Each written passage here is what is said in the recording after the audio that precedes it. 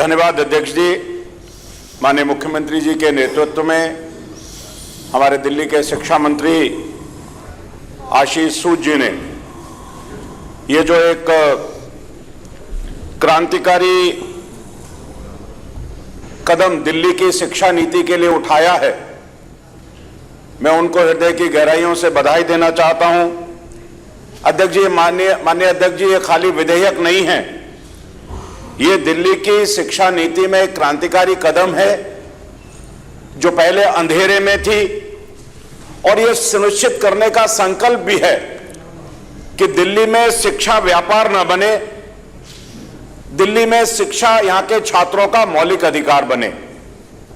मैं इस सदन के पवित्र मन से दिल्ली विद्यालय शिक्षा शुल्क निर्धारण एवं विनिमय पारदर्शिता विधेयक 2025 पर बोलने का अवसर पाकर अपने को सौभाग्यशाली समझता हूं।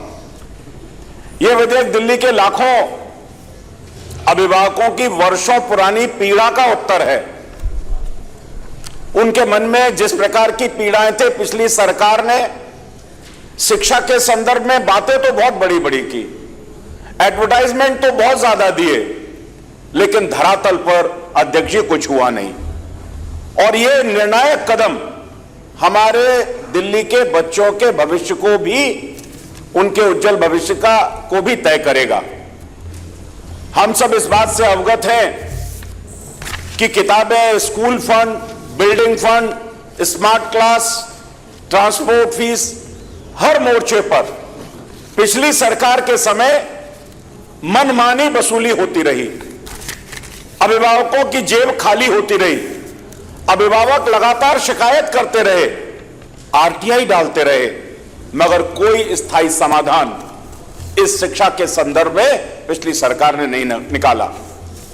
दिल्ली की पुरानी सरकार की व्यवस्था, दिल्ली स्कूल एजुकेशन एक्ट 1973 और उसके तहत बनी रूल्स इतने कमजोर थे कि निजी स्कूलों ने उनके संरक्षण में, सरकार के संरक्षण में ठेंगा दिखा करके ना कोई पारदर्शिता थी, ना कोई जवाबदेही थी। दिल्ली, ऐसे में इस विधेयक को हम कह सकते हैं यह दिल्ली की जन आकांक्षाओं का उत्तर है।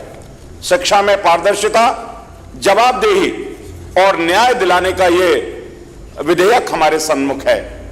विधेयक की जो मुख्य विशेषताएं हैं, स्कूल स्तर पर निर्धारण समिति का गठन एक पारदर्शी कदम है। हर स्कूल में एक समिति बनेगी जिसमें स्कूल प्रबंधन के साथ साथ अभिभावकों को भी शामिल किया जाएगा, यानी अभिभावक अपनी सरकार बना सकते हैं। अब अभिभावक मूक दर्शक नहीं होंगे, अभिभावकों की भागीदारी होगी और अभिभावक तय करेंगे कि कमरे में बैठ करके अब फीस नहीं बढ़ाई जा सकती, अब लोगों को, अभिभावकों को उसका जवाब देना पड़ेगा। इसका अध्यक्ष कोई शिक्षक भी नहीं होगा, इसका अभिभावक जो होगा वो जो छात्र के जो पेरेंट्स हैं उनका प्रतिनिधि इसमें होगा।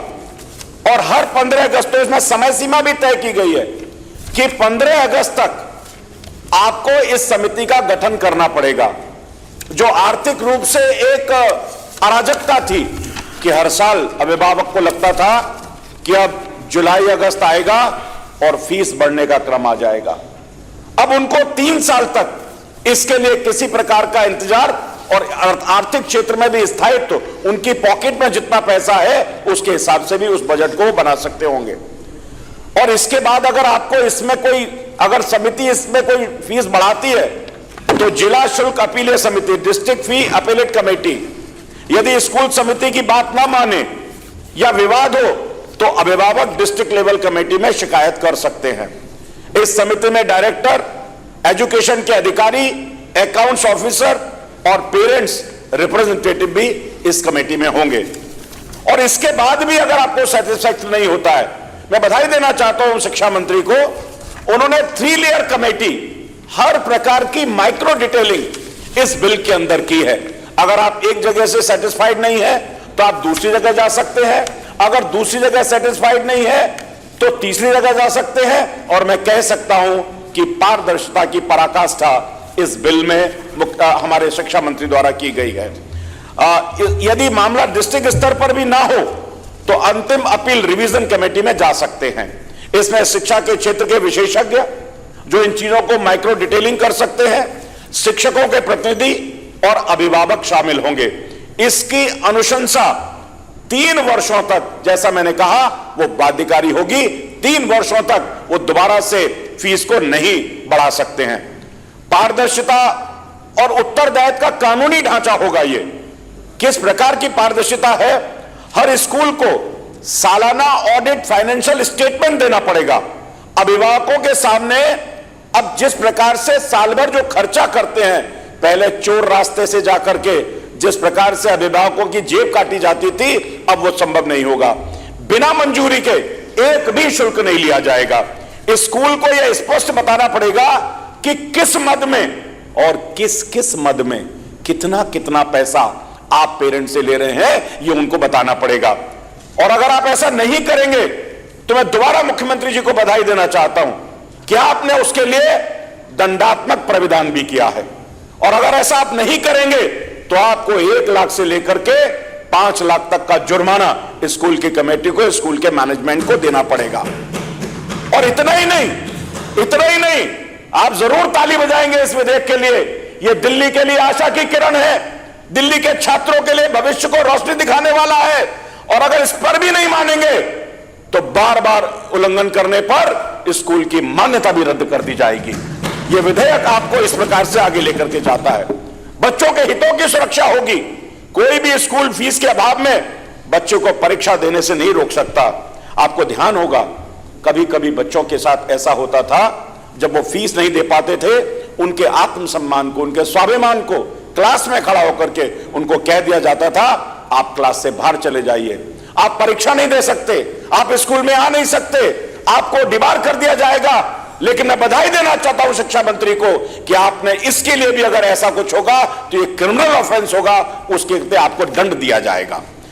अब आप देखिए कि वो सरकार ने, आप सरकार ने क्या किया था। मैं इस अवसर पर यह कहना चाहता हूं कि यदि यह विधेयक पहले लाया गया होता तो दिल्ली के अभिभावकों की आंखें आंसुओं से न भरी होती। ना कोई अभी रोएंगे, रो कैसे रहे हैं तो पता चलेगा ना। ये तो जब अगर 11 साल में हुआ होता तो अभिभावक नहीं रो रहे होते। उनकी आंखों में आंसू हैं। माताओं ने अपने जेवर गिरवी रखे हैं, पेरेंट्स ने पार्ट टाइम काम किया है और अंधेरे में सारा पैसा लोगों का लूट लिया गया। यह आपके समय में ही हुआ, यह आपके समय में हुआ और आप इसके लिए जिम्मेदार हो। करोड़ रुपया आपने एडवर्टाइजमेंट लगाया, कोई फीस की समिति गठित नहीं हुई, कोई फीस पे, वो तो सब हुआ ही। कमरों पर भ्रष्टाचार हुआ। मैंने देखा था शिक्षा मंत्री जी एक बार किसी स्विमिंग पूल का निरीक्षण करने के लिए गए थे, टाइलें बज रही थी उसमें, टाइलें बज रही थी उसमें। ये इस तरीके से जैसे लूट की गई, हर जगह सब जगह लूटा गया। और वो ठेके भी किनको दिए गए, ये भी एक लंबी कहानी है। कैसे कैसे लोगों को ठेके दिए पुल बनाने के लिए। हो सकता है पता चला कि कोई ड्राइवर था, कोई घर का खाना बनाने वाला था। ऐसे तरीके का भ्रष्टाचार इस पिछली सरकार ने किया है। खैर मैं इसमें जाना नहीं चाहता हूं, भ्रष्टाचार से तो पूरी सरकार डूबी हुई थी। ना कोई फीस पर नियंत्रण नीति बनी, ना स्कूल की मान्यता रद्द हुई, केवल प्रेस कॉन्फ्रेंस और विज्ञापन चलाए गए। आपके शिक्षा को एक पॉलिटिकल मार्केटिंग का टूल बनाया। जैसे मार्केटिंग करते हैं ना, उस तरह का टूल इन्होंने शिक्षा को बना दिया। शिक्षा का पूरा व्यवसायीकरण कर दिया। मंच पर तालियां बटोरने के अलावा और जमीन पर हकीकत केवल बड़ा बड़ा शून्य ही दिखाई दिया और अभिभावकों को निराशा हुई। भाजपा सरकार की यह दूरदर्शी पहल है। भारतीय जनता पार्टी की सरकार केवल बातें नहीं करती, वो काम करती है, काम में विश्वास रखती है। आदरणीय प्रधानमंत्री जी के नेतृत्व में शिक्षा नीति जो उन्होंने बनाई है वो राष्ट्र का स्तंभ है और छात्र उसकी नींव है। राष्ट्रीय शिक्षा नीति 2020 इस बात का प्रमाण है, जो पढ़ाई बच्चों के बोझ से नहीं, उनके विकास से, उनके सर्वांगीण विकास से जोड़ती है।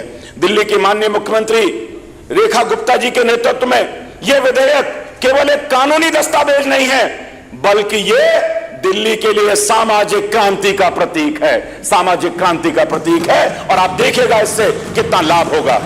यह विधेयक अगर दूसरे शब्दों में मैं कहूं तो गवर्नेंस दीदी की प्रतिबद्धता को दर्शाता है। गवर्नेंस निधि की प्रतिबद्धता को दर्शाता है। सशक्त प्रशासन, संवेदनशील निर्णय, सशक्त प्रशासन, संवेदनशील निर्णय और हर छात्र, अभिभावक और नागरिक की रक्षा, यह इस बात को दिखाता है। मैं इस विधेयक के माध्यम से कहना चाहता हूं, यह विधेयक सिर्फ कानून नहीं, यह असंख्य मां के आंसुओं, आंखों के आंसू हैं, जो हर महीने फीस के लिए अपना जेवर गिरवी रखती थी।